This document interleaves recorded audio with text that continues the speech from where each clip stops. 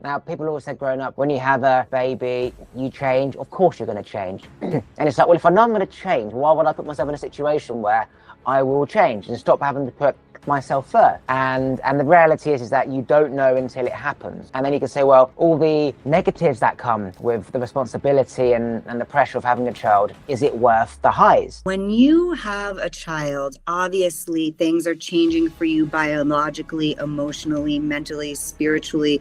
Your priorities reorganize. Yet the service to yourself actually must increase. I feel like if you don't have a child, you can actually do a lot less self-care and get away with it for a lot longer before your body or your emotions catch up. So as a parent, you are charged with the responsibility to take pristine care of yourself so that that child learns how to take pristine care of themselves. And that's ultimately what's going to heal lineages and heal generational wounds and do what we all say we want to do, which is make the world a better place to live. Being present and grateful for what you have right here, knowing that something better in the future, which may come, isn't guaranteed, and what was in the past was then and now is just all that you have. And really being truly in your body with feelings and how you feel now. I probably would have done the same stuff every year. I know myself, I would have been doing the same thing every year, hoping that that divine alignment would happen in one of those containers. But it was the actual act of having to slow down, stop everything, reprioritize,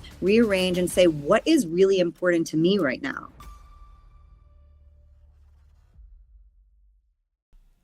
Just quickly, I just want to say a massive thank you to everyone who still listens to the podcast. I started 4 years ago, and since then I've had over 1 million downloads. I get 5,000 downloads per month, and I've had over 200 different guests. So a massive thank you to everyone who still listens. If you could please do me a favour, if you could rate and review the podcast, that would be amazing because it helps get the podcast out to new, conscious people like yourself. And my goal is to awaken as many people around the world.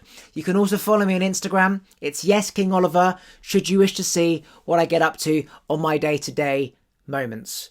Back to the episode. So literally before we just came on the podcast, me and my best friend are talking about that we are at the phase where we are transitioning from child to adult. Now, we're both 32 years old. And what we're talking about is that most people, they leave school and they jump into the real world without doing any inner work, working out themselves, why they're here, what life is about, what makes them happy. They just follow the pattern. So they have the life that everyone else has, but they don't know their emotional body. They don't understand the nervous system. They have no clue. And so we've been at the stage where we spent the last 10 years working on ourselves, healing all our trauma and bullshit from growing up and our parents' trauma, that we are in a position now where we are admiring that normal life which we ran from and didn't want for so long. And we are becoming aware of ourselves, being aware that we are transitioning from the mindset of a child to an adult right now, and that we can't do anything about it. We can't get out of situations that we are in. We just have to ride with it. So, for example, we're talking about saving money. So we both have businesses, and when you make money, you spend it, and you take some risks when you're making money because why not? But then when the situation comes where the business goes to a quiet period and you've not got any savings, you're like, shit, I need to save. And he's like, you haven't got any savings. So then you realize, okay, savings are boring and investments make money, but you need to be adult responsibility. You need to have adult responsibility, such as saving stuff, just because that's what you need to do. And we're in a situation where we're realizing, okay, we need to be adults and save as opposed to spend and invest like most people our age are doing. But we're just aware that we're at that point right now. And you couldn't have told us 2 years ago. You couldn't have told us last week. It's happening now. And that shift of child to adult, it's happening. Well, congratulations. Welcome in. I think that the shift from child to adult happened for me when I had a daughter. For the majority of my life, I was a very free soul. I traveled the world. I spent months in tents. I was backpacking. It was me and my dog all the way. And when my daughter came through, that was when I was like, wow, okay. My daughter is a being and she is going to need things.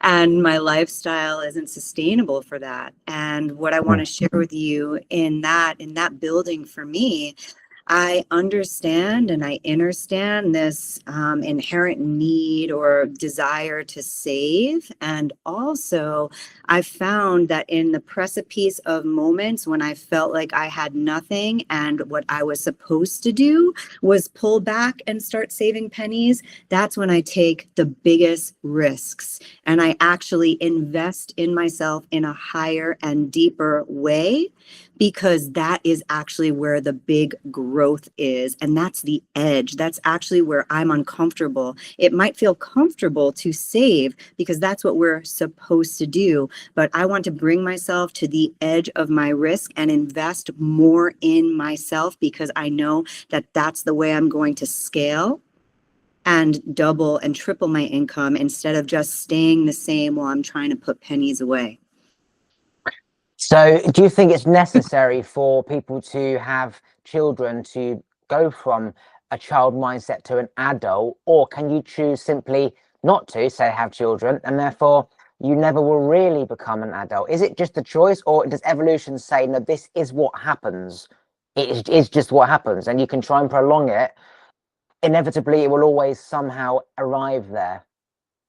Well, it's interesting that you say that, Oliver, because right now, as a 44-year-old woman that does have a young daughter, I had a daughter later in life, I am seeing a lot of my feminine sisters and priestesses that are in their 30s and 40s that are making those choices about whether they're choosing to have children. And right now, when I'm speaking in terms of the woman, this is the maiden energy, right? For men, this would be the prince energy, right? And if you continue to choose to be a prince or a maiden past the time of your childbearing years, that doesn't mean you energetically remain a prince or a maiden. You are still evolving energetically, whether you choose to have the physical act of a child or not. And where the growth edge is, or where the stagnation can be, is by saying, actually, I'm choosing not to have a child because I want to remain a prince. But actually, that means you have a greater responsibility to show up for the actual kings and mothers in life. That means you become an uncle. That means you become an auntie, that you become a different type of contributing member to society. You don't get to stay a child forever just because you choose not to have a child. You actually step up in another role that supports the community in a different way. Yeah, so my friend actually said, we've gone from like not wanting the normal traditional life because we know it's not as great as you think it is, and that it's stressful if you've not done your own work, for example. The alternative is traveling forever, being free, having no responsibility, not giving a fuck. And he was actually saying how, no, you can do both. You can have, say, a partner and a family who says, chase millions, build businesses. If you fail, I'm here. If you fail, you've still got what everyone else has. He's not doing that. So it's like, oh, wow. Yeah, you can have a family and still like chase the dreams and whatever. But now you've got like two things to do. You've got this and you've got that, versus just focusing on just that because that's all you've got to do. So it's like you can have both. You're absolutely right. Just because you have an adult, a child, and you have to grow up, doesn't mean you lose your childhood self. You just give yourself other purposes and fulfillments. That's basically what I'm getting from that, is that you have more things, not necessarily less, and you create more situations where you are now more valued, which empowers you more. And then you compare that feeling to like just traveling and giving money to a homeless person. When you compare all these extra feelings you get from that, you realize, wow, these feelings and energies are actually quite small and minimal compared to these big energies. Like, you realize when you have like amazing loving sex that just having a quickie is absolutely just pathetic. Like, you think that was great, but actually like tantra and eye gazing and holding breath work sessions with your partner, no, that's really deep. That's where it's at. And then suddenly the sex is just ridiculous. So the yeah. quickie is just that. It's a quick release, but love making, whether you want to label it tantric or not, is actually having a divine connection and communion with God, goddess, source energy. When you actually have spent the time, as you're sharing, to do the inner work, so that you can be intimate with yourself without masks, without skins. When you actually know yourself to the level where you are intimate with yourself and you know who you are, then you get to share your intimacy with your partner, who has also done, quote, the inner work. The two of you get to meet in a meeting place that creates God in your sex. Yeah, and then when you compare that, all those feelings compared to just the feeling of being free, not having any of that, and just going traveling and making money when you can, whatever, you compare those feelings, there is no comparison. Now, people always said growing up, oh, and I know this is true because it is what it is. When you have a baby, you change. Of course, you're going to change. And it's like, well, if I know I'm going to change, why would I put myself in a situation where I will change and stop having to put myself first? And it's like, well, why do you want to put yourself first? And it's because, say, you think that the thing you want to do is going to provide more fulfillment than, say, having a child. And the reality is that you don't know until it happens. And then you can say, well, all the negatives that come with the responsibility and the pressure of having a child, is it worth the highs?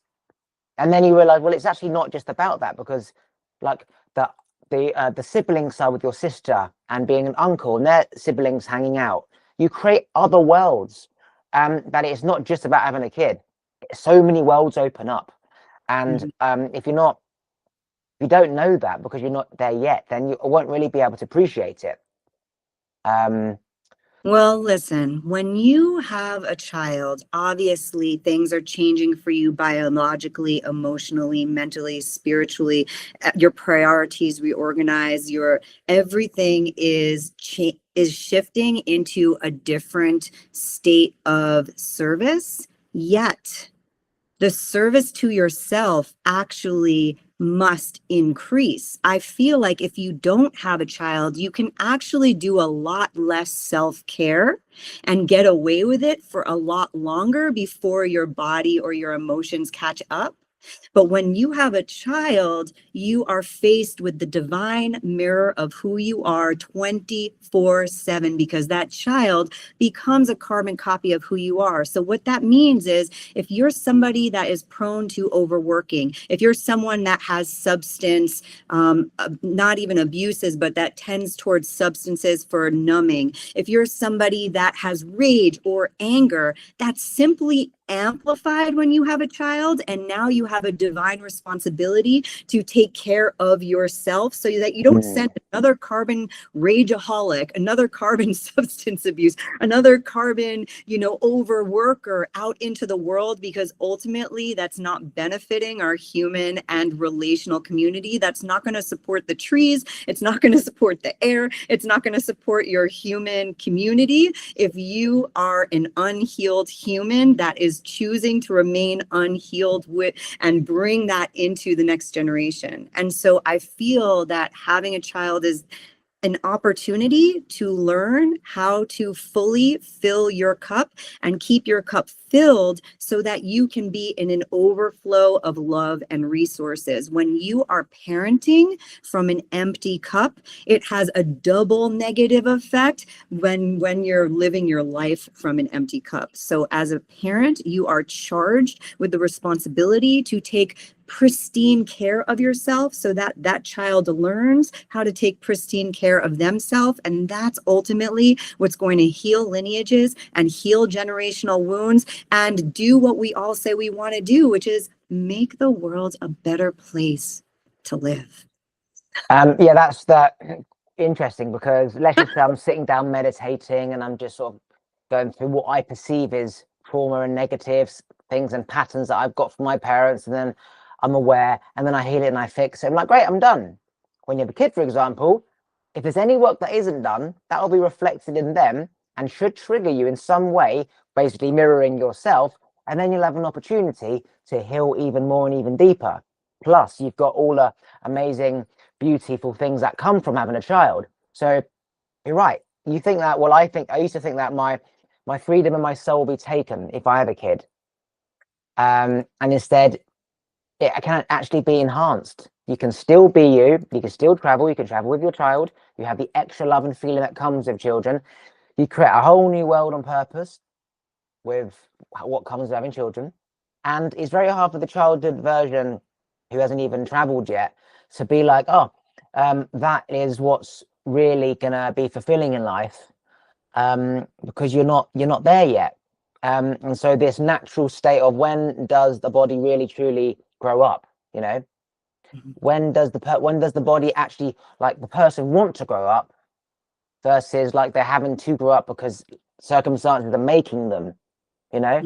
And Yeah. I didn't want to grow up because, well, I'm still in my childhood, like, say, mindset saying I don't want to grow up. Like, why would you change? But then there's suddenly certain things happen where you're like, well, traveling is not sustainable. Everywhere you look around you, people have got family and children and kids and partner. Partnership is about a team. Team is great versus being on the pitch by yourself.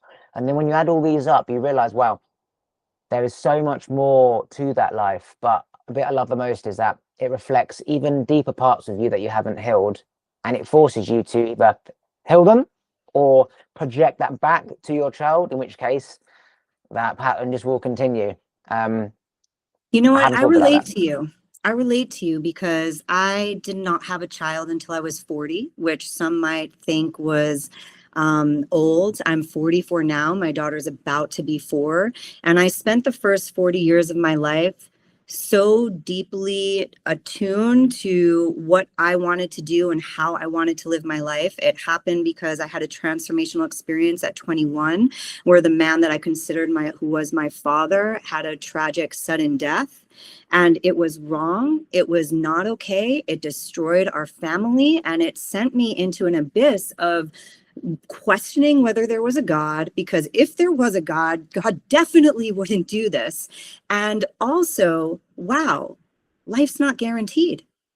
It was like an NDE moment for me. Like, life is not guaranteed. I am not guaranteed tomorrow. Even if I take my master's degree and my college education and I work at this job and I do this thing and I build this life, what's to say that I'm ever going to be able to enjoy a fucking penny of it when I'm supposed to retire at 60? So at 21, I made that decision that I was going to live my life for myself and do what my heart calling was.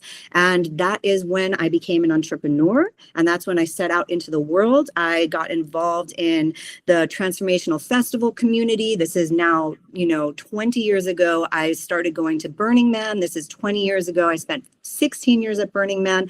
I became a producer in the festival community so that I could travel all over the world and produce festivals and live my life. And I've been doing this from 21 years old to I'm still doing this at 44. But what changed when I had a child at 40 was that I said to myself, you know what? I've done all of this. I've lived all of those lives. I've seen many fucking sunsets. I've seen many fucking sunrises. I've danced at the parties. I've done all of that. And I felt full. And now what do? I produce the family village of festivals, and I bring my daughter to the family village that I curate and create so that she gets to experience what it could be like in a new paradigm where people work together and camp together and live together and eat together. And I organize these entire events so that my daughter can come and experience what that feels like. And though I don't get to go out until 6 a.m. in the morning at the festival anymore, I'm lying in bed with my daughter, hearing the bass music. I don't feel like I'm missing out. I don't feel like sad that I'm not there. I'm with my daughter, and we're here. And we're having this experience together. And it is just the most profound transformational experience to be, as I'm a womb healer and a ceremonialist and a ritualist. When I hold ceremonies, sacred ceremonies with women, my daughter is there. She's witnessing, she's seeing, she's experiencing. When I'm sitting in the Maloka, my daughter is there. she's witnessing, she's experienced, she's seeing, she's inputting, her imprint is changing. And this is the greatest like gift, that I don't feel that I'm missing out on anything. I feel double the love. Like when my daughter witnesses me holding space in a ceremony and guiding women through transformational experiences, to understand like what that means for her as a 4-year-old, and how she's going to grow into this world, because I actually really do care about this world. I actually do care about animals. I actually do care about, the environment and the whales. Like I want her to be feeling the same way that I do, and to be a steward of this world. It's worth it to me. Yeah. The main thing that came from that is that the time will come when you feel your cup is full. So you are 40 and you're like, I've done the mushroom, I've done the sunsets and all this shit. I'm so full, I can't have any more dessert. And that's the time when, say, you had a child. For me, because I haven't even traveled yet, to even think about a kid is like, well, I haven't even gone to Bali yet, for fuck's sake. So it will take like going to Bali maybe 2-3 times to realize, okay, I've seen the sunset, I know the animals, I know the locals, done the mushrooms, done the fucking ayahuasca.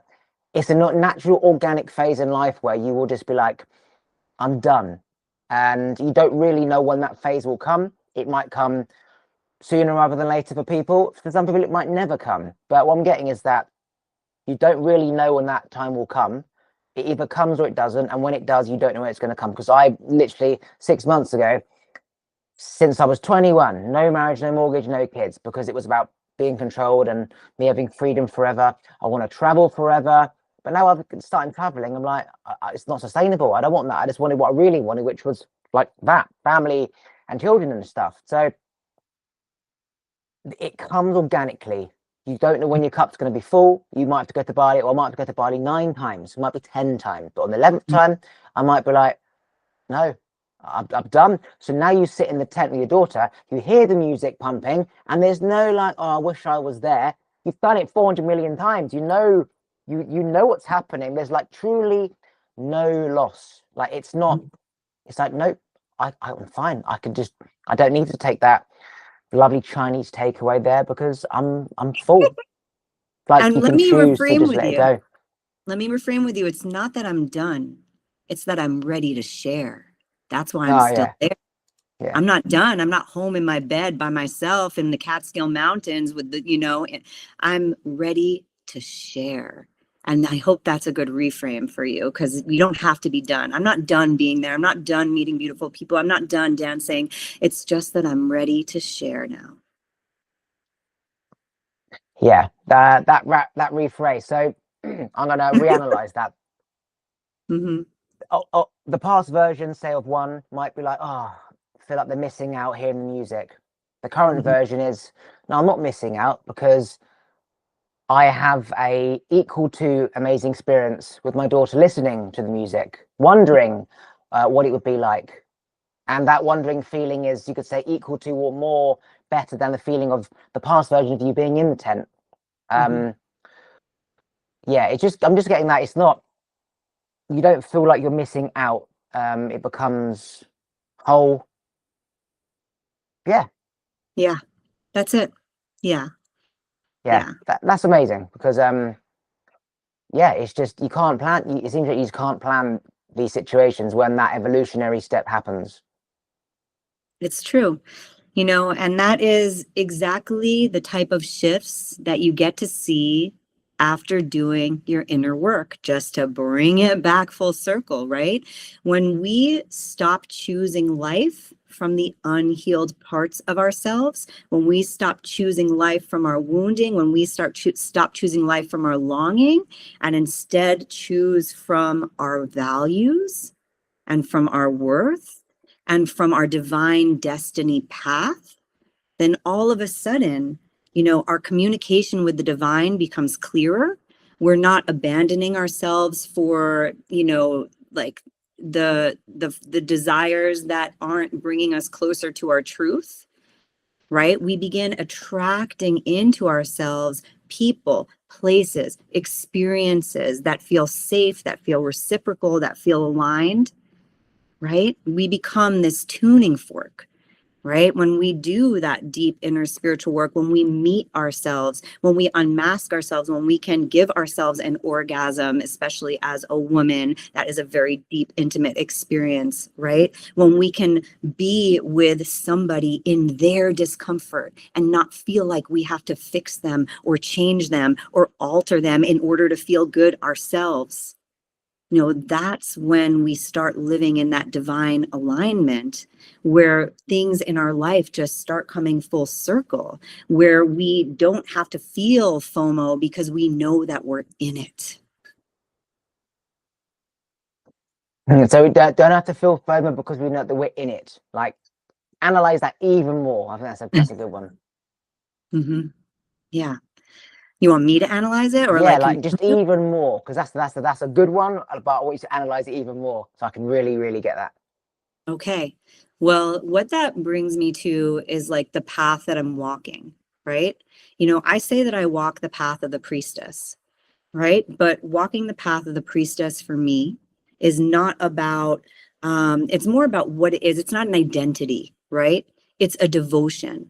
It's a devotional act of service to myself, to my child, to the earth, to my community, to the women I serve, right? When I'm on that path, I don't feel FOMO for other things that are happening on out there in the world. I'm not like, wow, I'm in devotional service right now, but I really want to be over here. I know that where I am at is exactly where I'm supposed to be. It is exactly where I'm meant to be. And that every step that I'm taking is the ceremony of my life. There's like nothing else that's more important or valuable. Yeah, so truly being present and grateful for what you have right here, knowing that something better in the future, which may come, isn't guaranteed, and what was in the past was then and now is just all that you have, and really being truly in your body with feelings and how you feel now, and then continuing that like every second and every minute and then every day, and that constant awareness of this is all there really is, which is like now, and longing and grieving for something is saying that this moment now isn't good enough, and it is always good enough. When did you realize that so have you always wanted children and knew it would be a later down the line, or were you like, no way, and then suddenly something shifted and then you're like, oh, actually, yeah?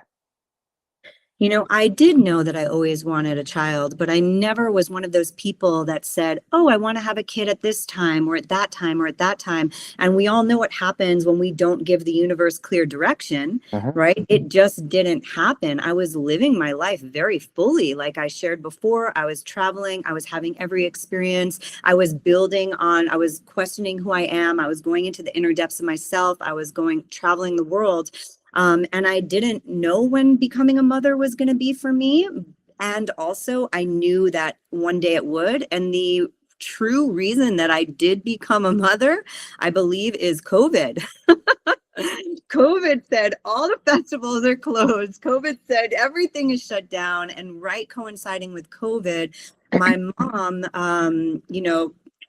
my mom got cancer. And so I was called out of my life to come back to my home of New York State, where my mom lives, and up in upstate New York, to take care of her during this time of COVID.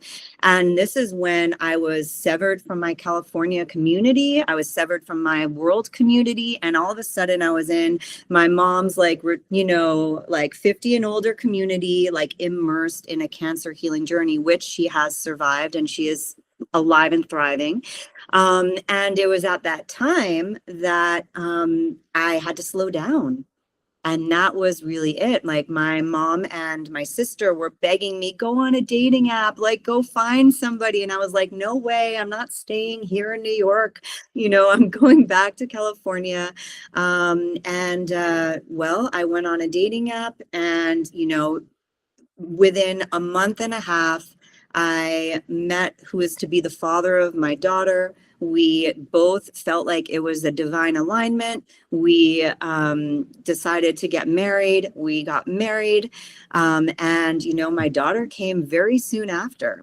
And though that relationship was not fated to be a lifetime relationship, I know that it was a soul contract. And I'm very like clear and complete with the fact that my daughter, it was her time to come, and it could only have taken the two of us to make that happen. And here she is. And I'm eternally grateful for, you know, that soul alignment, for that one moment in time, that COVID moment, that my daughter's energy and spirit was able to come forth from these very two particular humans. And, you know, here we are, and I get to be a mother, and it is the greatest gratitude of my entire life.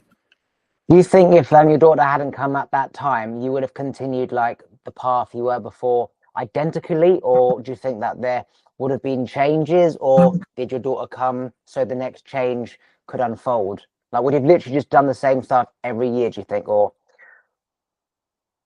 You know, I probably would have done the same stuff every year. I know myself, you know, I would have been doing the same thing every year, hoping that that divine alignment would happen in one of those containers, as I always had, you know, and it may have happened, or it may not have happened. Divine alignment meaning like, say, a partner and child. Yeah, you know, like I was, though I have had many beautiful, I'm kind of a long-term relationship type of gal. I've had many beautiful long-term relationships in, you know, my existence from the time of high school till, you know, my 30s. You know, the alignment for a child wasn't there. And I do feel that I am like this creature of habit. I loved my life a lot. I loved my friends a lot. I loved my lifestyle a lot, that I would have kept on going in the same way and like praying for the divine alignment of the partner to come through in that way. And he may have, or he may not have. But it was the actual act of having to slow down, stop everything, reprioritize, rearrange, and say, what is really important to me right now? And that is when it came through. Motherhood is important to me. Like, that is the priority. And once motherhood came the priority, then I opened myself up to that. The partner came through very quickly. We met and married in a month and a half. And it was very beautiful. The story of that is so beautiful. I'm so grateful. It's my daughter's story. It's not my story anymore. However, it is, you know, it is how universe aligned to bring me into becoming a mother, which became the priority because everything else was cleared off the slate. Out of 100% of all the stuff you were doing before your daughter, how much are you still doing identically the same, but with your daughter? Well, I am still a womb healer. I still walk the path of the priestess. I still hold sacred ceremonies. I still am in divine service to women and to my community and to the temple of my womb. I still do produce transformational music festivals and curate family villages for families and children to come and experience what life could be like in an ancestral tone, right? And yet, that is not, you know, how I've shaped my life. I now shape those things around my daughter. So your life hasn't changed too much since 5 years ago. It's just slightly different. Yep. The biggest change is that I live in the Catskill Mountains of New York, you know, and that is a completely different. I live in a rural area. I'm carrying, you know, water, chopping wood. You know, that's a very big change to the sunny beaches of California and Costa Rica, where I've spent a lot of the past 15 years. So that is a big lifestyle shift. I'm welcoming it. We are now in the season of snow, which is wild, but you know, I'm taking that all as part of this beautiful chapter of my life. So yes, you can have a child and you don't have to sacrifice. You don't have to give up. You don't have to, you know, decide that, you know, you can no longer live in your divine purpose. In fact, everything that I do is now interlaced with a deeper purpose, with a deeper devotion, because she is here. And so now she is that like shining priority where everything else wraps around. And now I get to integrate my life into me being a mother. And I feel like it's brought a deeper depth to my offerings, a deeper depth to my service, a deeper depth to how I show up in the world and for myself. And I know that I'm going to leave this world with a legacy that I would not have understood the value of without her. And she, just as they say, the children are our teachers, she teaches me every single moment, because she is asking me to live in my higher self, because she's a child and she doesn't deserve the leftover parts of me. She doesn't deserve the outdated parts of me. She doesn't deserve the traumatized part of me. She deserves like the highest self of me. And it just rises me into myself in a way that I've never experienced before. So to summarize and finalize, children will teach you and reflect your wounds, and then once you're aware, you've got a choice to fix them and heal them, or to just keep running from them, and then your children will keep bringing it up and until you die, or you finally do it. You finally heal and address, and you become a better person because they saw things that you didn't see. And it's absolutely accurate with my parents. Yes. If you had one day left to live, what is the one thing that you would share to the rest of the world? Wow, it's really beautiful that you say that, because one of my deepest meditations, and I meditate on this myself, and I also share this in ceremony, is if when you are lying on your deathbed, the most important thing that is going to be there with you, the most important question that you're going to have to answer when you're lying on your deathbed is, have I loved enough? Did I give myself to love? Did I allow myself to love and be loved by others? Because ultimately, when everything is done, love is the only thing that's going to remain. So to answer your question, to me, it's going to be that reflection on my last day. Have I loved enough? Did I give myself the opportunity to be loved enough? Did I care so much that my heart was overflowing with love? And that is, my last moment, contemplation. Okay. Anything you want to promote and plug before we finish? Sure. I would love to share. If you would desire to follow me on Instagram and be friends in the interwebs, my Instagram handle is at sacredlotus.yonirituals. I have a legacy program for womb healing mentorship and facilitator training, where you get to become the bridge between mysticism and medicine. It is called The Jeweled Womb. We begin in January 2026. If that is feeling like something that you want to explore, if you are in a woman's body, if you contain a womb, then I'm here to have that conversation with you. I also lead sacred medicine retreats and workshops in different places around the world, as well as have one-to-one private ceremonial mentorships, which we can do virtually. I'd be more than happy to connect with you so that you can awaken your sensual life force energy and pour into your divine purpose, your lovership, your motherhood, and your money. Thank you so much. Yes, King Oliver, I appreciate you and the beautiful work that you're doing out here in the world, raising the frequency for all of us to dance in. Thanks for listening. If you like this episode, please remember to subscribe, turn the bell notifications on, like the episode, and comment below. And if you want to follow me on Instagram, it's Yes King Oliver. Take a look at the other videos to your side. And if you just want to listen to this podcast, you can do so on Apple and Spotify and most other platforms by going to talkwitholiver.com.